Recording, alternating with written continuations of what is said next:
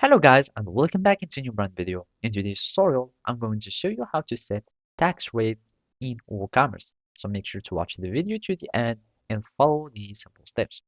So first, make sure that you are using your WordPress admin panel, and after that, you will need just to go to your WooCommerce settings, and from here we can just click on settings, and after that we will be needing to start using our taxes settings.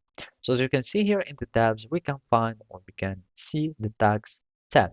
So we are just going to click on it, and here first you will need just to find your tax options. So either you can start having your tax that are including uh, the price would include the tax or not, or how you can calculate the tax based on whatever you like, either on customer shipping address or billing address, and etc. etc. And also you can try to exclude the tax within the price if you want just for the display, etc.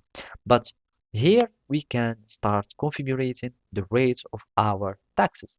So simply you will need just to go to the standard rates or the reduced rates for your taxes, and there are also the zero rates. So I'm just going for the standard rates, and simply you will need just to click on insert a row, and from here you can add the country code for your taxes, and basically for example like this, or any uh, country code that you have, and here you have the state code, and basically now you can start adding a postcode for the addresses, etc., and the city, and then here you can start adding rates. For example, it will be 18% or 20 or whatever was the name uh, for your tax, and then you can name it whatever you like, for example a VAT, etc., or you can start importing a list of your tax, and simply that's it.